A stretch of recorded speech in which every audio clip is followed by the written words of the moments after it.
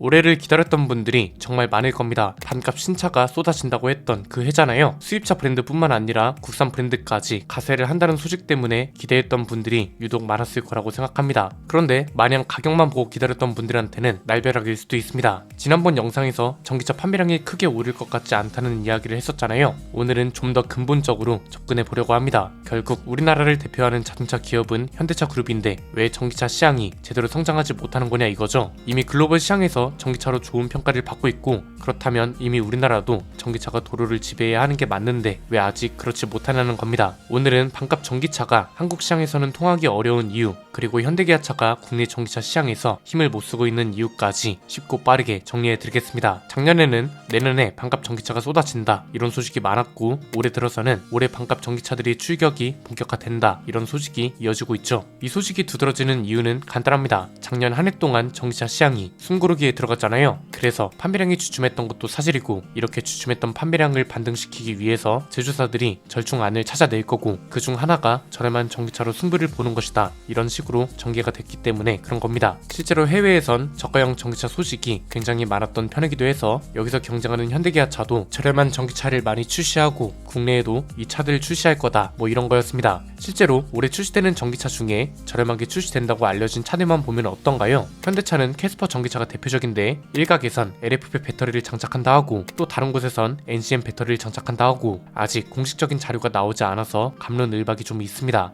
우선 가격은 보조금 포함 2천만원 전후로 예상된다고 하고요. 기한은 더 많습니다. 소형 전기 SUV인 EV3가 상반기 중에 출시된다고 하고, 하반기에는 준중형 전기 세단인 EV4가 출시될 예정입니다. 알려진 판매 가격 범위가 좀 넓습니다. 4천만원에서 7천만원대로 책정된다고 합니다. 사실 이게 문제라고 볼 수 있습니다. 그렇잖아요. 아예 확실하게 하이브리드 차만큼 가격이 내려온다던가, 아니면 보조금 포함 얼마로 책정될 거라고 명확하게 이야기가 된다면 모르겠지만, 가장 기대하던 EV3나 EV4도 가격대가 어떻게 책정될지 모른다는 거죠. 4천만원대로 책정된다면 보조금 포함 3천만원대로 구매할 수 있는 거라서 어느 정도 승산이 있을 수 있지만, 그 이상이라면 이번에도 판매량이 확 오른다는 가능성이 거의 없다고 보는 게 맞는 거죠. 이쯤 되면 궁금할 수밖에 없습니다. 왜 국산차 브랜드들이 생각보다 적극적이지 않냐 이거죠. 이것도 물론 한국 시장만 봤을 때의 이야기인데, 불과 1, 2년 전만 생각해봐도 이미 우리나라는 전기차가 도로를 지배하고 있어야 합니다. 판매량이 엄청나게 뛰고 있던 시기이기도 하고, 한창 전동화 전략이 발표되던 때이기도 하단 말이죠. 그런데 정작 이런 발표 이후 2023년은 전기차가 부진한 해로 기록되고 있고, 그랜저나 소렌토 같이 기존에 잘 팔리던 차들만 더 잘 나가는 상황입니다.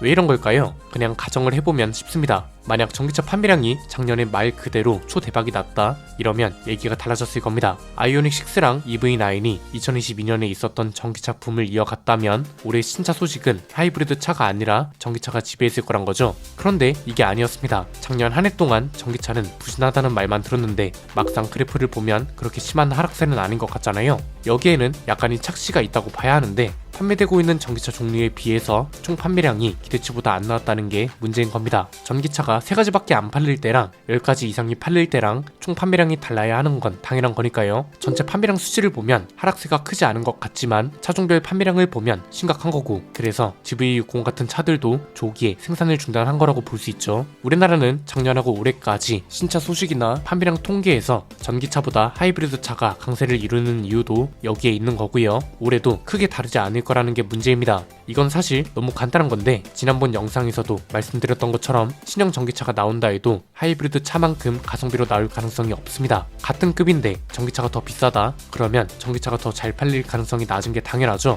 그리고 전기차가 한국에서 잘 팔린다는 건 어떻게 보면 현대기아차한테도 리스크일 수 있습니다. 지금 상황에 전기차가 하이브리드 차만큼 잘 팔린다? 분명 충전되라는 소리가 또 나올 겁니다. 한때 포토랑 봉고 전기차가 잠깐 잘 팔렸다고 충전 대란이 큰 이슈였잖아요. 이 여론이 확산된다면 이건 또 다른 전기차 부진을 만들어낼 수밖에 없습니다. 반대로 하이브리드 차는 리스크가 없죠. 갑자기 판매량이 확 오른다고 해서 전국 주유소가 기름 대란에 빠지는 것도 아니고, 차주들이 주유가 불편하다고 하소연할 것도 없습니다. 그래서 냉정하게 보면 현대기아차 입장에선 하이브리드 차가 많이 팔리는 게 마음이 더 편하다는 거죠. 내연기관 차보다 비싸서 매출에도 도움을 주고, 잘 팔린다고 해서 브랜드가 감수해야 하는 리스크도 전기차만큼 있는 게 아니다 보니 회사 입장에선 불만을 가질 이유도 없는 겁니다. 그래서 하이브리드 차에 더욱 진심인 것처럼 보이는데, 통계 자료만 봐도 그렇죠. 소렌토는 이미 전체 판매량이 3분의 2가 하이브리드 모델이라고 합니다. 최근에 주요 차종 중에 하이브리드 모델이 내연기관 모델보다 더 많이 팔리는 차종이 4개로 늘었다고 하는데요. 산타페가 합세한 덕인데 작년에 팔린 산타페 하이브리드 모델은 29,800대가 넘었다고 합니다. 전체 판매량이 51,343대였는데 이 중에 58.2%가 하이브리드 모델이었던 거죠. 이게 의미가 있는 이유가 산타페 하이브리드가 처음 출시된 게 2021년 7월이거든요. 첫 출시 이후 처음으로 하이브리드 판매 비중이 내연기관차보다 높게 잡힌 겁니다. 2021년에는 하이브리드 판매 비중이 23.3%, 2022년에는 47.3%였는데 올해 처음으로 절반을 훌쩍 넘긴 거죠. 소렌토는 작년에 하이브리드 모델 판매 비중이 66.6%에 달했고요. 국내에서 가장 많이 팔린 그랜저도 하이브리드 모델 판매 비중이 54.8%에 달하는 걸로 나타났습니다. 그랜저 하이브리드는 2013년 12월에 처음 출시됐는데 그 이후로 전체 판매량이 절반을 넘긴 건 이번이 처음입니다. 같은 급인 K8도 마찬가지입니다. 하이브리드 모델 판매 비중이 62.3%로 역시나 전체 판매량이 절반을 훌쩍 넘겼습니다. 자, 그렇다고 해서 전기차에서 손을 떼고 하이브리드 차에만 올인해야 하냐? 그런 건 또 아닙니다. 글로벌 시장 단위로 보면 전기차가 꽤 중심에 있긴 합니다.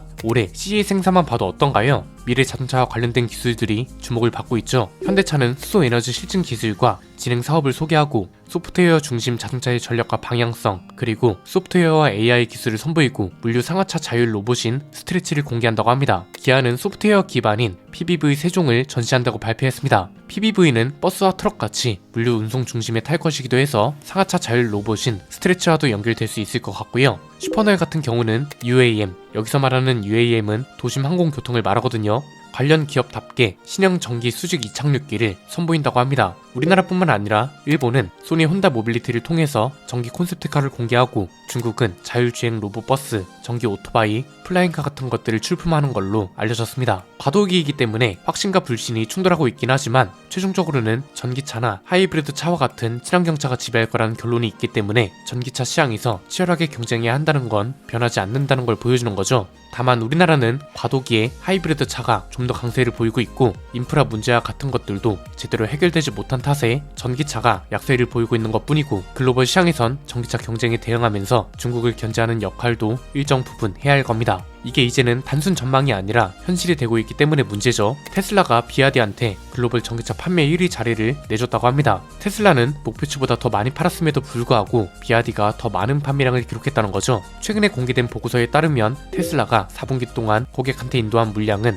48만 4,507대입니다. 당초 전망되던 48만 3,173대보다 많은 거고 테슬라의 목표치였던 48만 대보다도 많았다는 거죠. 비아디는 같은 기간 동안 52만 6,409대를 팔았습니다. 비아디의 순수 전기차 판매량이 분기에 50만 대를 넘은 건 이번이 처음입니다. 그래서 블룸버그 같은 외신들도 이걸 그냥 지나치지 않고 있는 거죠. 중국이 지난 몇 년 동안 미국, 한국, 독일을 추월하고 있다고 평할 정도거든요. 테슬라도 성장세가 상당한 회사입니다. 작년 총 인도량이 180만 8,531대에 달했고 이건 전년보다 38%나 증가한 겁니다. 연간 생산량은 무려 45,985대에 달했습니다. 이런 회사의 판매량과 매출 실적을 뛰어넘었다는 건 단순히 넘길 문제가 아니란 겁니다. 이미 자본과 생산 능력을 갖췄다는 소리라서 방심하는 순간 우리도 잠식당할 수 있다는 거고요. 중국 브랜드로만 들어오는 게 아니라 르노랑 지리가 합작해서 차를 만드는 것처럼 다른 브랜드로 우회해서 들어올 수 있다는 게 더 무서운 거죠. 비아디의 지난 3분기 기준 총이익률은 이미 테슬라를 제친 상태였습니다. 3분기의 비아디 순이익이 우리 돈으로 1조 9천억 원이 넘었고 이건 전년 동기 대비 82.2%나 급증한 겁니다. 총이익률은 22.1%에 달했고 같은 기간 테슬라의 총이익률은 17.9%였습니다.